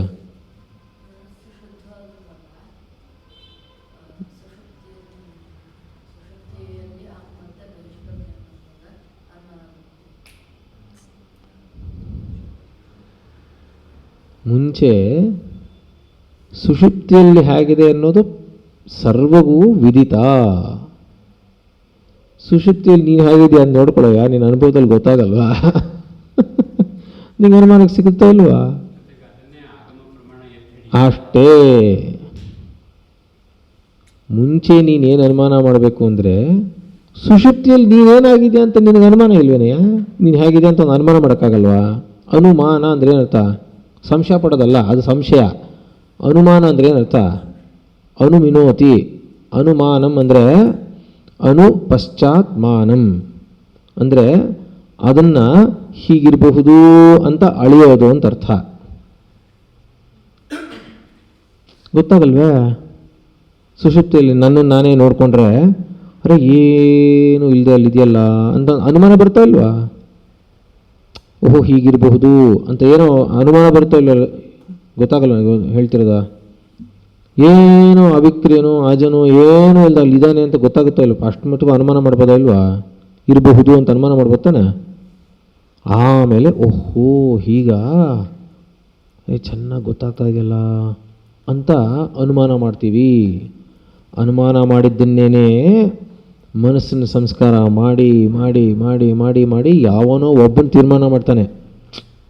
ಮನುಷ್ಯಾಣಂ ಸಹಸ್ರೇಶು ಕಶ್ಚಿದ್ ಯತತಿ ಸಿದ್ಧಯೇ. ಅಂಥವನು ಯಾವನೋ ಒಬ್ಬನ ತೀರ್ಮಾನ ಮಾಡಿಬಿಡ್ತಾನೆ, ಈಗ ಎಲ್ಲ ಈ ಅನುಮಾನ ಮಾಡಿದ್ದನ್ನು ನಾನು ತಿಳ್ಕೊಳ್ಳೇಬೇಕು, ವೆರಿಫೈ ಮಾಡಿ ತಿಳ್ಕೊಳ್ಳೇಬೇಕು ಅಂತ ತೀರ್ಮಾನ ಮಾಡ್ತಾನೆ. ಅವನು ಹೊರಟೋಗ್ತಾನೆ ಆ ದಾರಿಯಲ್ಲಿ, ಅಷ್ಟೇ ಮುಗೀತು ಒಂದು. ಆ ದಾರಿಯಲ್ಲಿ ಹೋದವನು ಯಾವನೋ ಶಮಾದಿ ಷಟ್ಕ ಸಂಪತ್ತಿಯಿಂದ ಶುರು ಮಾಡ್ತಾನೆ. ಮಾಡಿ ಚೆನ್ನಾಗಿ ಮನಸ್ಸಿನ ಸಂಸ್ಕಾರ ಮಾಡಿದಾಗ ಅವನಿಗಲ್ಲಿ ಬೆಳಗುತ್ತೆ. ಓಹೋ ಅಂತ ತಿಳ್ಕೊಂಬಿಡ್ತಾನೆ. ಅವನಿಗೆ ಉತ್ಪತ್ತಿ ಆಗುತ್ತಾ ಇಲ್ವಾ? ಅಲ್ಲಿಗೆ ಮುಗೀತು. ಅದಕ್ಕೋಸ್ಕರ ಅನುಮಾನ ಆಗಮ ಎರಡೂ ಹೇಳಿದ್ದಾನೆ. ಮತ್ತು ಭಾಷ್ಯವಾಕ್ಯ ಶಂಕರರು ಎಷ್ಟು ಹಬ್ಬ ಇಮ್ಯಾಜಿನ್ ಮಾಡ್ಕೊಳ್ಳೋಕೆ ಕೂಡ ಸಾಧ್ಯ ಇಲ್ಲ.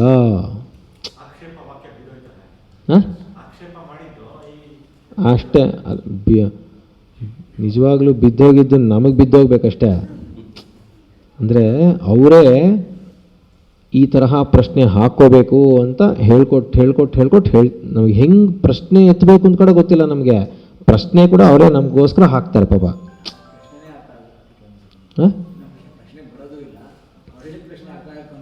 ಹಾಂ ನಿಜ.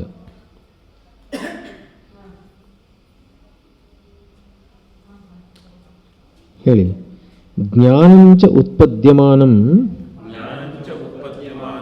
ತದ್ವಿಪರೀತಂ ಅಜ್ಞಾನಂ ಅವಶ್ಯಂ ಬಾಧತೆ ಇತಿ ಅಭ್ಯುಪಗಂತವ್ಯಂ.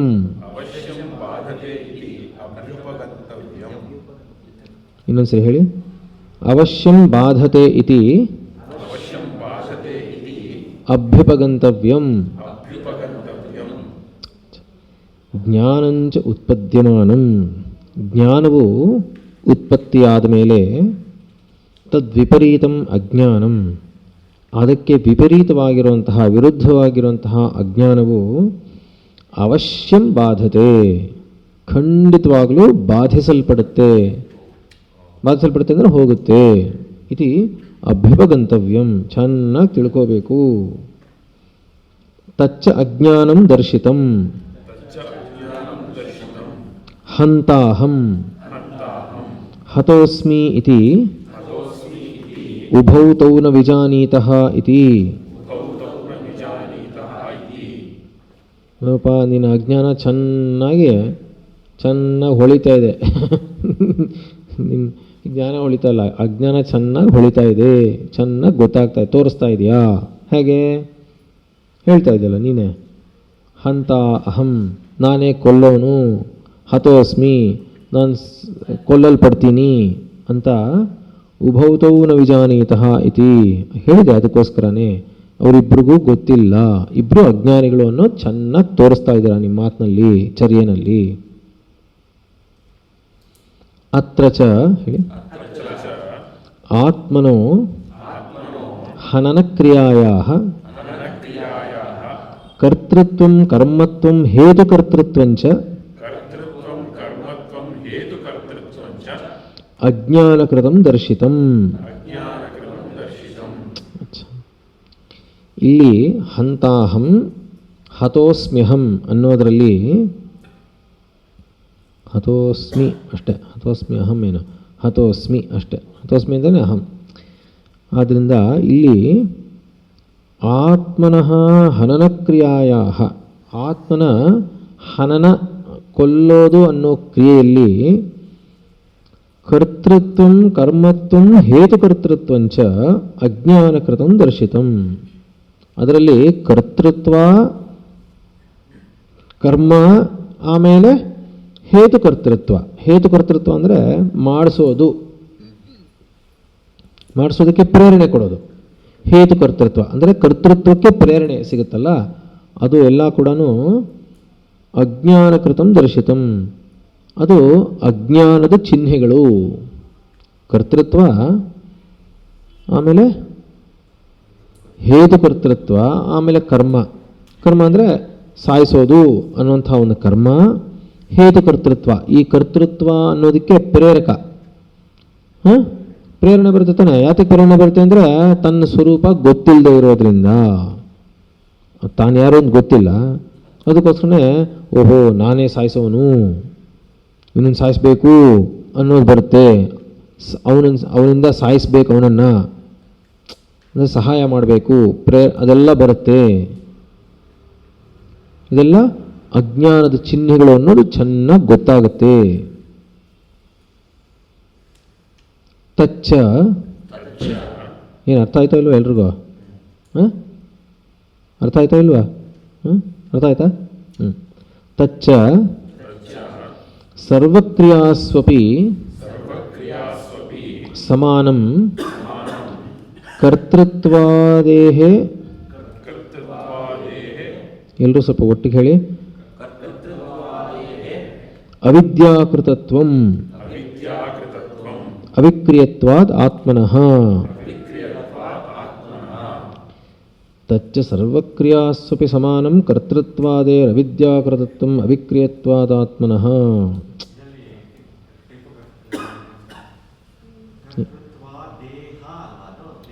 ದೇಹ ಅಲ್ಲಪ್ಪ, ಬಿಡಿಸಿದ್ದು ನನ್ನದು. ಸಂಧಿ ವಿಚ್ಛೇದ ನಾನು ಮಾಡಿದ್ದು. ಅಂದರೆ ಓದಬೇಕಾದ್ರೆ ಅಭ್ಯಾಸ ಕಂಟಿನ್ಯೂಸ್ ಆಗಿ ಅಭ್ಯಾಸ ಇಲ್ಲದೇ ಇದ್ದರೆ ಸ್ವಲ್ಪ ಇದಾಗುತ್ತೆ, ಕಷ್ಟ ಆಗುತ್ತೆ ಅಂತ ಬಿಡಿಸ್ದೆ ಅಷ್ಟೆ. ಇವಾಗ ಕರ್ತೃತ್ವಾದೇ ರವಿದ್ಯಾಕೃತತ್ವಂ ಅವಿಕೃತ್ವಾದ್ ಆತ್ಮನಃ ಅನ್ನೋದನ್ನು ಕರ್ತೃತ್ವಾದೇಹೇ ಅಂತ ಬಿಡಿಸಿ ಅವಿದ್ಯಾಕೃತತ್ವಂ ಅಂತ ಮಾಡಿದ್ರೆ ಸುಲಭವಾಗಿ ಅರ್ಥ ಆಗುತ್ತೆ.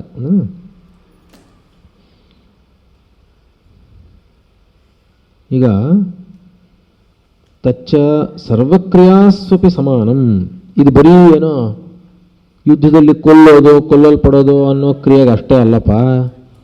ಎಲ್ಲ ಕ್ರಿಯೆಗಳಿಗೂ ಕೂಡ ಆತ್ಮನ ಅವಿಕ್ರಿಯನಾದರೂ ಕೂಡ ಈ ಅವಿದ್ಯೆಯಿಂದ ಕರ್ತೃತ್ವಾದಿಗಳು ಅನ್ನೋದು ಎಲ್ಲ ಸಮಾನ. ಅದರದ್ದು ಚಿಹ್ನೆಗಳು ಅದೇನು ಬರೀ ಕೊಲ್ಲೋದು ಯುದ್ಧದಲ್ಲಿ ಬಂತು ಅಂತಲ್ಲ, ಅದೆಲ್ಲ ಹೇಳ್ಕೊಂಬಂದಿದ್ದಾರೆ.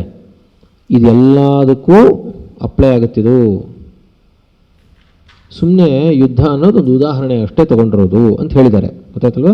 ಆದ್ದರಿಂದ ಎಲ್ಲ ಕ್ರಿಯೆಯಲ್ಲೂ ಅಂದ್ರೇನು, ಸ್ನಾನ ಮಾಡ್ತೀನಿ ನಾನೇ ಮಾಡ್ತೀನಿ ಅಂತ ಹೇಳೋದು, ಊಟ ಮಾಡ್ತೀನಿ ಹಂಗೆ ಹೊಟ್ಟೆ ತುಂಬಿತು ಅಂತ ಹೇಳೋದು, ಎಲ್ಲವೂ ಕೂಡ ನಾನೇ ಮಾಡ್ತಿರೋದು, ಮನೆ ಕಟ್ಟಿದೆ ಅನ್ನೋದು, ಯಾವುದೇ ಕ್ರಿಯೆ ಇರಲಿ ಎಲ್ಲ ಕೂಡ ಒಂದೇ. ಅವಿದ್ಯಾಕೃತತ್ವಂ, ಅವಿದ್ಯೆಯಿಂದ ಉಂಟಾಗಿರುವಂಥದ್ದು. ಅವನಿಗೆ ಸ್ವರೂಪ ಜ್ಞಾನ ಇಲ್ಲದೇ ಇರೋದ್ರಿಂದ ಹೇಳೋದು ಎಲ್ಲ ಕ್ರಿಯೆಗಳಲ್ಲೂ ಅವಿಕ್ರಿಯನಾಗಿರುವಂತಹ ಆತ್ಮನಿಂದ ಕರ್ತೃತ್ವ ತೋರಿಸೋದು. ಆತ್ಮನ ಅವಿಕ್ರಿಯನು, ಆದರೆ ನಾನು ಮಾಡ್ತೀನಿ ಅಂತ ಹೇಳ್ತಾನೆ ಇರ್ತಾನೆ. ಯಾವನು ಹೇಳ್ತಾನೆ ಅಂದರೆ ಅವಿದ್ಯೆ ಇರೋನು ಹೇಳ್ತಾನೆ ಅಂತ ಅರ್ಥ. ಅರ್ಥ ಆಗಲಿಲ್ವಾ?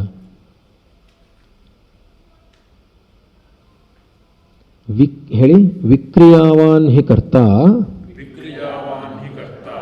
ಆತ್ಮನಃ ಕರ್ಮಭೂತಂ ಅನ್ಯಂ ಪ್ರಯೋಜಯತಿ ಕುರು ಇತಿ.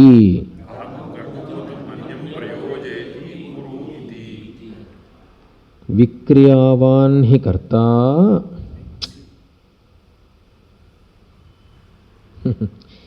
ವಿಕ್ರಿಯಾವಾನ್ ಹಿ ಕರ್ತ ಆತ್ಮನಃ ಕರ್ಮಭೂತಂ ಅನ್ಯಂ ಪ್ರಯೋಜಯತಿ ಕುರು ಇತಿ. ಅಲ್ಲಪ್ಪ, ವಿಕ್ರಿಯಾವಾನ್ ಹಿ ಕರ್ತ.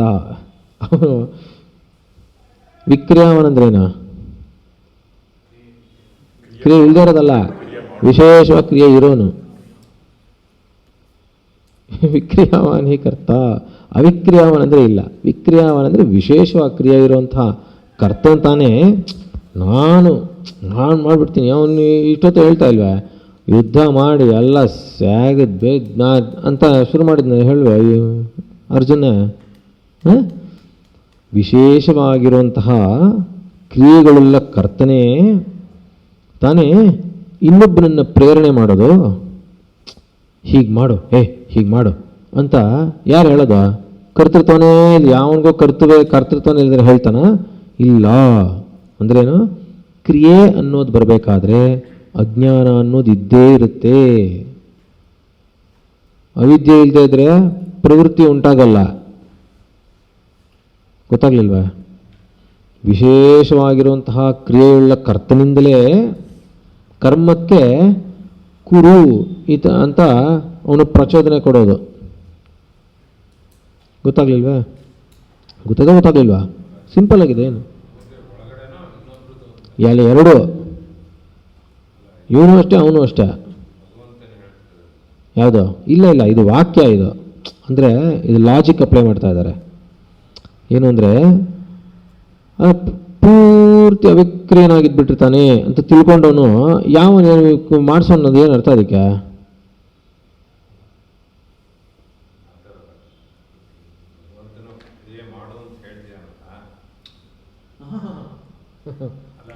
ಆಗ ಅಲ್ಲ, ಹಾಗಲ್ಲ.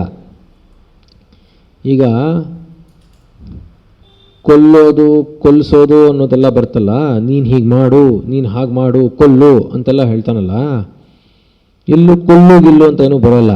ಯಾವುದೇ ಆದರೂ ಕೂಡ ಅವನಲ್ಲಿ ಯಾವನಲ್ಲಿ ಕರ್ತೃತ್ವ ಇರುತ್ತೋ ಅವನೇ ಅದಕ್ಕೆ ಪ್ರೇರಕ. ಇಲ್ಲಾಂದರೆ ಪ್ರೇರಣೆ ಸಿಗೋಲ್ಲ. ಅದಕ್ಕೆ ಅಲ್ವೇ ಶಂಕರರ ವಿಷಯದಲ್ಲಿ ಏನು ಬರುತ್ತೆ? ಸಾಧನೆ ಮಾಡಬೇಕಾದ್ರೆ ಜ್ಞಾಪಕ ಇದೆಯಾ? ಅವರು ಎಲ್ಲ ಭೂತ ಜಯವನ್ನು ಮಾಡ್ಕೊಂಡು ಹೋಗ್ತಾ ಬಂದಾಗ ಅವರು ಗೋವಿಂದ ಭಗವತ್ಪಾದರಿಗೆ ಗೊತ್ತಾಗುತ್ತೆ, ಓಹೋ ಅವನು ಅಗ್ನಿತತ್ವವನ್ನು ಜಯಿಸಿದಾನೆ ಅಂತ ಗೊತ್ತಾದ ತಕ್ಷಣ, ಓಹೋ ಇನ್ನೊಂದು ಹೆಜ್ಜೆ ಆದರೆ ಇವನು ಈಶ್ವರನಲ್ಲಿ ಒಂದಾಗ್ಬಿಡ್ತಾನೆ, ಅದನ್ನು ಆಮೇಲೆ ಇವನಲ್ಲಿ ಏನು ಕೆಲಸ ಆಗೋಲ್ಲ, ಆದ್ದರಿಂದ ಸಾಕಪ್ಪ ಇವನು ಮಾಡಿದ ಸಾಧನೆ ಅಂತ ಬಂದು ಎಬ್ಬಿಸ್ಬಿಡ್ತಾರೆ ಅಲ್ಲಿಂದ ತಪಸ್ಸಿನಿಂದ. ಗೊತ್ತಾಗ್ಲಿಲ್ವಾ? ಬರ್ತೋಯ್ತಾ?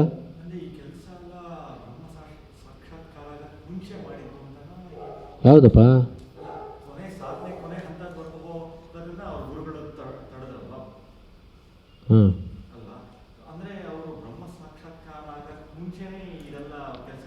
ಸಿದ್ಧಿಗಳು, ಅದೆಲ್ಲ ಸಿದ್ಧಿಗಳು.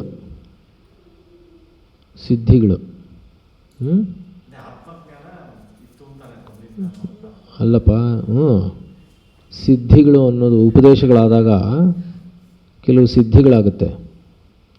ಅದು ಆ ಸಿದ್ಧಿಗಳು ಆಗ್ತಾ ಆಗ್ತಾ ಆಗ್ತಾ ಕೊನೆಯನ್ನು ಈಶ್ವರನ್ನೇ ಸೇರಿಬಿಡ್ತಾರೆ. ಅಂದರೆ ಈ ಷಟ್ಚಕ್ರಗಳಲ್ಲಿ ಬರುವಂತಹ ಕೆಲವು ಸಿದ್ಧಿಗಳವೆಲ್ಲ ಆ ವಿಷಯ ಬೇರೆ ಅದಲ್ವಾ. ಹಾಗಾಗ್ತಾ ಆಗ್ತಾ ಭೂತ ಜಯವನ್ನು ಸಂಪಾದನೆ ಮಾಡಿಬಿಟ್ರೆ ಅಗ್ನಿ ವಾಯು ಆಕಾಶ ಅದಾಗ್ಬಿಟ್ರೆ ಆಮೇಲೆ ಮುಗೀತು. ಆಮೇಲೆ ಏನು ಕ್ರಿಯೆ ಆಗೋಲ್ಲ.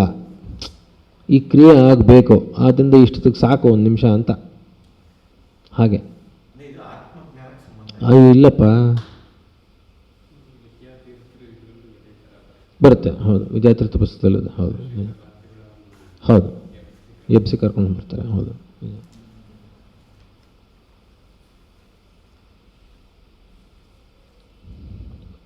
ಹೇಳಿ. ತದೇತತ್ ಅವಿಶೇಷೇಣ ವಿದುಷಃ ಸರ್ವಕ್ರಿಯಾಸು ಕರ್ತೃತ್ವಂ ಹೇತುಕರ್ತೃತ್ವಂಚ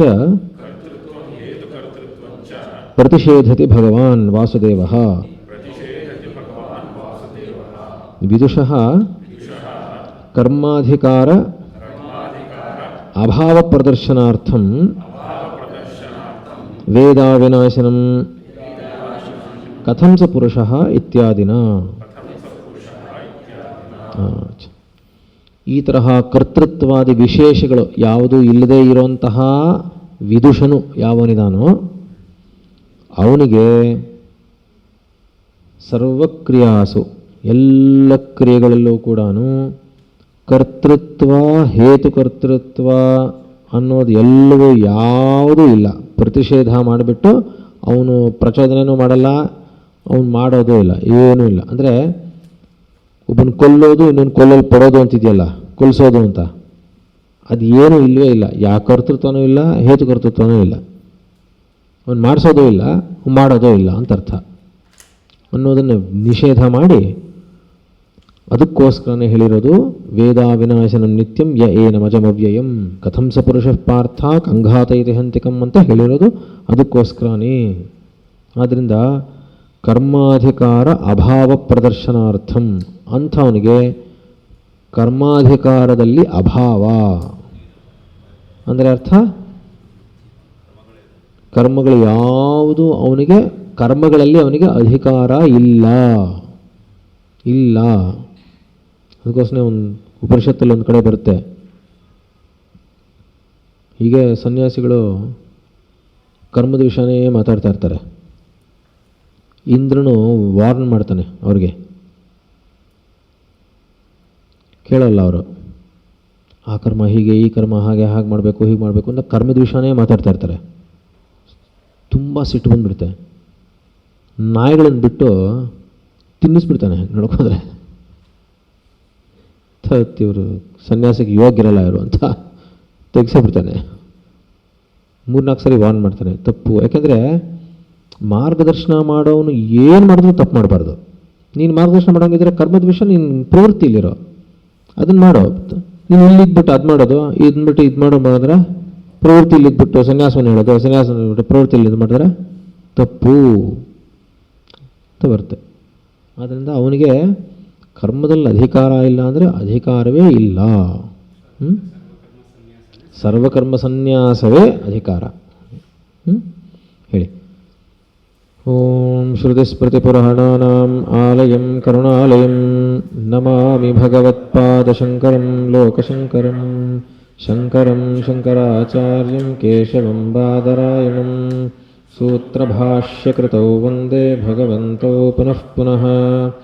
ಈಶ್ವರೋ ಗುರುರಾತ್ಮೇತಿ ಮೂರ್ತಿಭೇದವಿಭಾಗಿನೇ ವ್ಯೋಮವದ್ವ್ಯಾಪ್ತದೇಹಾಯ ದಕ್ಷಿಣಾಮೂರ್ತಯೇ ನಮಃ.